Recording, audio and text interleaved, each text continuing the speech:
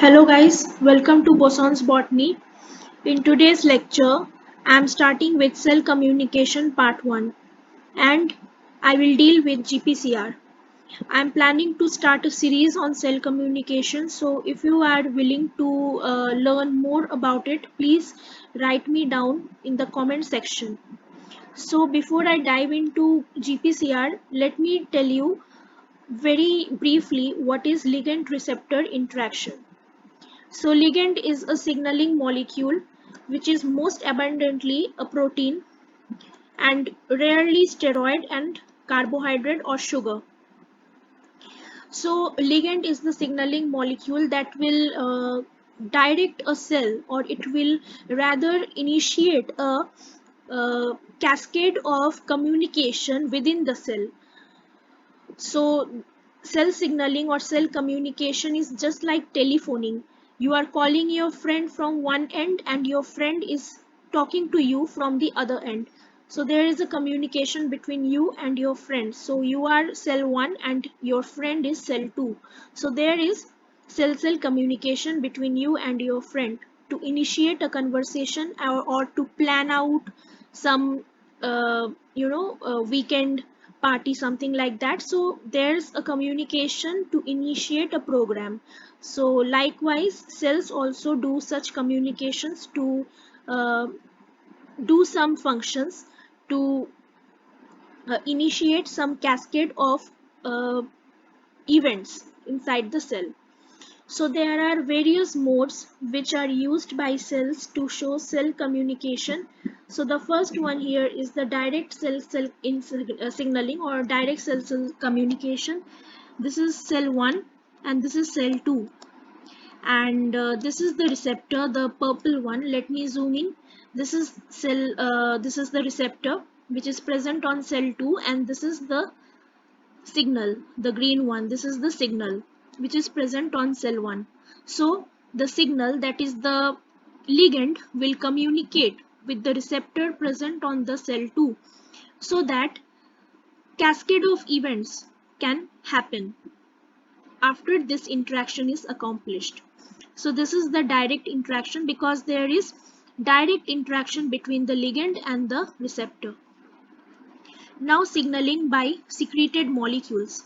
So there is no ligand, as you can see, but there is a signaling molecule which is released from one cell and which goes into the bloodstream. As you can see, this is the circulatory system.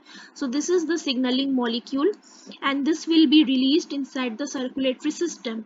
And there is the receptor here. This is the receptor on the other side of the circulatory system on another cell. This is cell 1 and this is cell 2. So this released signaling molecule will move into the circulatory system and it will be bound by the receptor which is present on the target cell. So this is the signaling by secreted molecule, or very commonly it is known as the endocrine signaling. The other type of signaling is the paracrine signaling. Here there is no proximate interaction or no close interaction between two cells, unlike you have seen in direct cell-cell interaction, whereas there is a very close proximity interaction between the two cells. But in paracrine signaling, there is a gap or a distance between the two cells, but there is no circulatory system as in case of endocrine system. So endocrine system is a very peculiar type of signaling or cell signaling communication pathway where bloodstream or circulatory system is used to carry the signaling molecule towards the receptor. But in paracrine signaling there is no circulatory system. So this molecule will be released by this cell, which is cell 1, and this will be taken up by the receptor which is present on cell 2. This is the receptor. This is the paracrine signaling, and this is achieved by moving some distance. This is the gap between the two cells, right? And lastly, autocrine signaling. Autocrine signaling means only one cell is involved. This is the only cell which is involved, and this will release the signal, and it has the receptor on its surface. So there is no two cells which is interacting, but only one cell is there releasing a signaling molecule which is received by the receptor on the surface of that same cell, and this autocrine signaling is very commonly seen in cancerous cells where autocrine signaling is very common. So I hope this is clear. So some points are written and let me just read them and make you understand. Many different kinds of molecules transmit informations between the cells of multicellular organisms. Although all these molecules act as ligands that bind to the receptor expressed by the target cell. So the ligand is released by the target cell. No, sorry. The ligand is released by a cell which is received by the target cell, right? So the receptor is present on the target cell. I hope this is clear.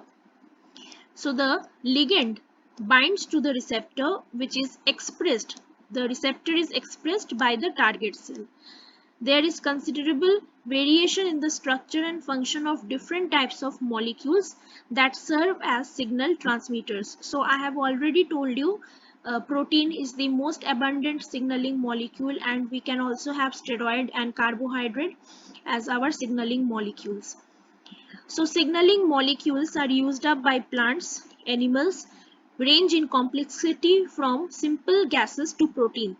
So gases can also act as signaling molecules.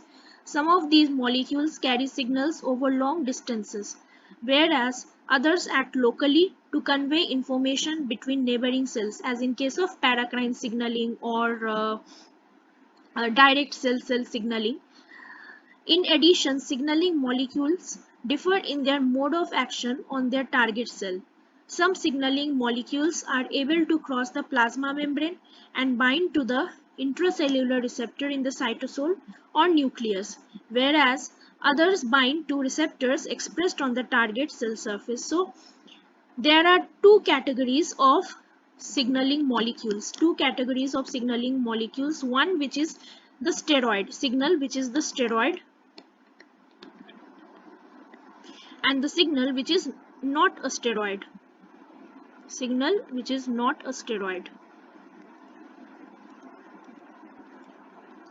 So steroid molecules are lipophilic in nature, means they can cross the plasma membrane. And if you have some idea about plasma membrane is composed of lipid bilayer.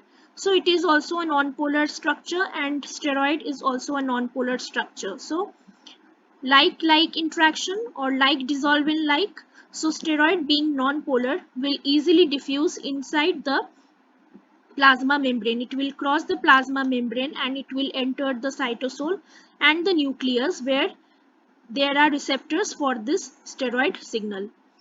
On the other hand, if the signaling molecule is a non-steroid such as protein, carbohydrate, gas, then their receptors will be present on the cell surface, that is on the plasma membrane, but not inside the cell, that is not inside the cytosol or the nucleus.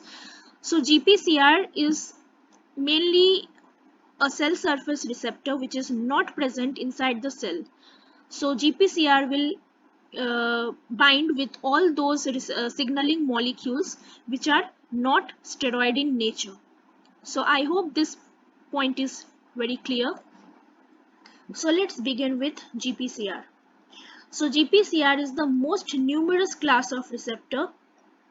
It is having 7 transmembrane proteins. That is, the GPCR receptor is having 7 transmembrane proteins, and hence it is known as serpentine. Serpentine is basically showing that the receptor is having 7 transmembrane domains. So that is why GPCR is also known as serpentine receptor. It is a trimeric protein with 3 main subunits, namely alpha, beta and gamma. Monomeric G protein is also present, which I will discuss in my subsequent videos. So here I will take up trimeric G protein. So this is the structure of GPCR receptor. As you can see, there are 7 transmembrane domain, and this is the N terminus and this is the C terminus in the cytosol, and this is the exoplasmic site which is having the N terminus. And all receptors of this type have same orientation in the membrane and contain 7 transmembrane alpha helical regions. So these are alpha helix. Okay, these all are alpha helix. Alpha helix is the secondary structure of a protein which is making the transmembrane system of this receptor, and it is ranging from H1 to H7, and 4 extracellular segments, namely E1, E2, E3, E4, and 4 cytosolic segments, namely C1, C2, C3, and C4. So I hope the structural definition is clear. It is very simple. Now the signaling. The signaling is also very simple. So it might look little complicated, but it is not. Just have a look. So this is the plasma membrane. This is the plasma membrane. This is the cytosol, and this is the external part. And this is the inactive receptor, and the receptor is GPCR, G protein coupled receptor, GPCR. This is inactive.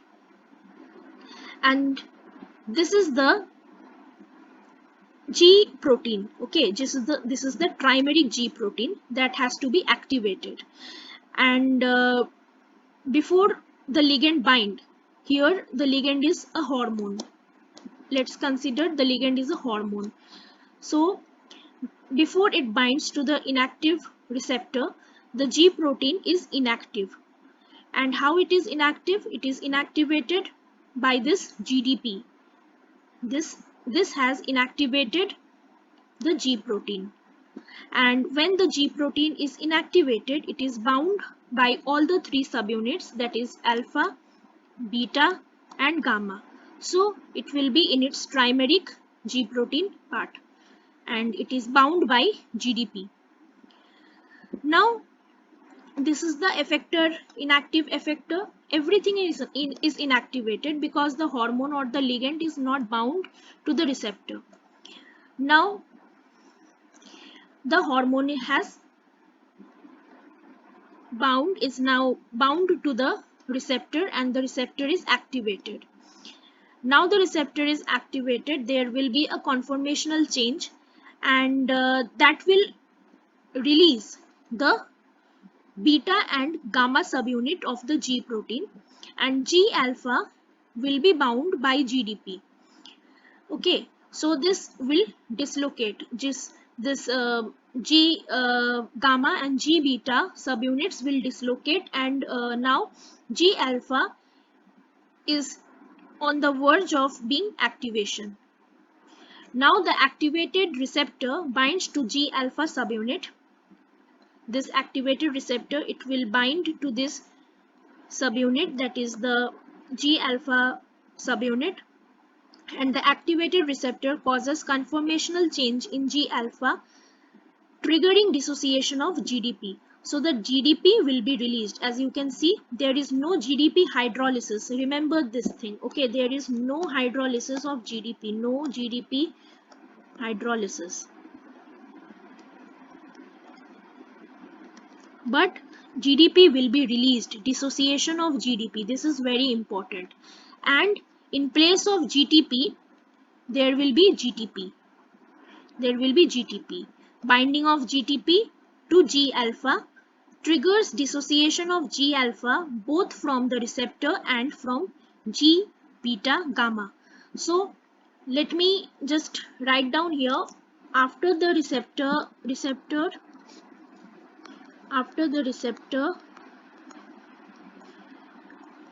has interacted with the hormone, which is the ligand,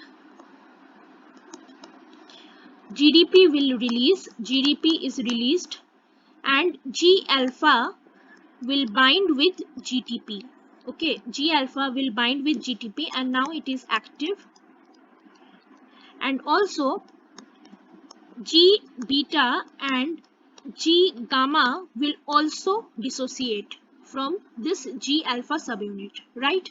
So now this is active, and it is ready to show the cell communication. Now what will happen?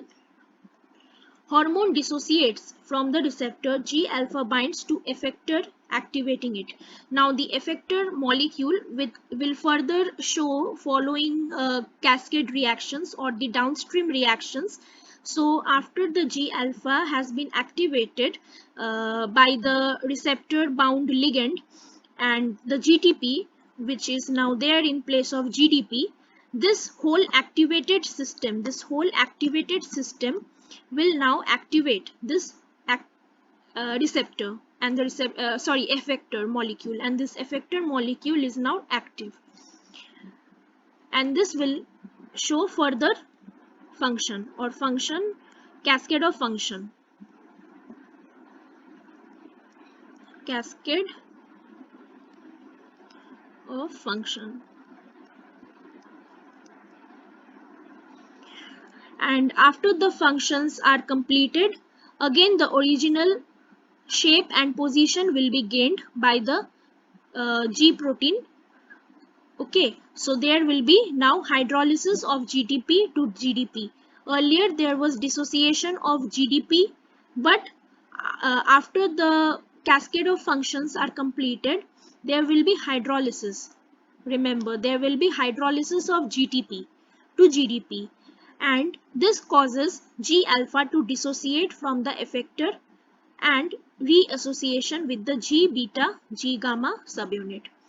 So the original shape will be gained and the effector molecule will become inactive, and the receptor is again inactive and it is ready to accept another signaling molecule. So let me quickly revise again. So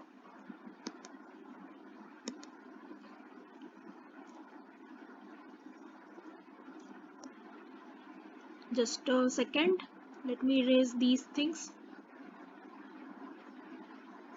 Okay, fine. So what will happen? The hormone which is not bound to the receptor is inactive, and the trimeric G protein is also inactive. The effector molecule is also inactive. Everything is inactive before the hormone has bound to the receptor. Now after the hormone binds to the receptor, there will be dissociation of GDP from the trimeric G protein, and also G beta and G gamma will dislocate from G alpha subunit. This dissociated GDP will allow GTP to bind here. As you can see, GTP is now bound to the G alpha subunit and G beta G gamma is now dissociated. And now this G alpha GTP is active and it is capable of activating the effector molecule. It is now capable of activating the effector molecule. The effector molecule will now show the cascade of reactions or the functions in the downstream process, and after the functions are completed, the cell will again allow the trimeric G protein to regain its original structure by hydrolyzing GTP into GDP to make the trimeric G protein inactive, and the G alpha G beta will again come in place and attach with the G alpha subunit. As you can see, they are again back to their position. The effector molecule is again inactive and the receptor is inactive, and it is now ready to bind with another signaling molecule. So this is how the communication or cell signaling takes place in GPCR. So one thing is very important. Initially there is GDP dissociation and lately there is hydrolysis of GTP. So this is very important. Okay, so this communication is very easy. If you just write these steps on your own 2-3 times, then you can understand how easy it is. So there are few examples of G alpha trimeric protein, And I have listed here some important G alpha trimeric proteins, which is the G alpha S, G alpha I, G alpha Q, and G alpha T. G alpha S is stimulatory, G alpha I is inhibitory, G alpha Q is mainly needed for the effector molecule, which is phospholipase C, and G alpha T is the transducin G alpha subunit. And you need to remember the effector molecules of the G alpha class, which I have highlighted here, and the secondary messengers. These are the secondary messengers. Okay, and this is the example of G alpha T. This is the G alpha T, as you can see. G alpha T, the mechanism is same as I have already discussed for the normal G alpha subunit activation. It is same, but here we have rod cells. Okay, rod cells. And basically this G alpha T is needed in rod cell activation in eyes during light. So you can go through this image once, and this is very simple. It is just acting inside our eyes, the rod cells. And these are some receptors for Gpcr, and very important receptors, as I have highlighted here again. It is angiotensin 81 and beta 2 androgen receptor.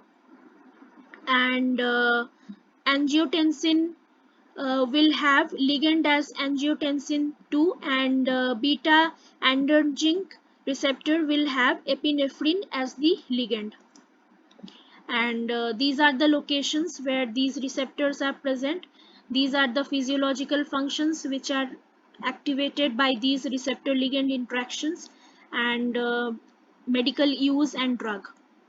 So this is all about GPCR. I hope this video helps you with your concept regarding cell communication, and in my next video I will start with some other communication. So thank you, and share my videos and subscribe to the channel for more such contents.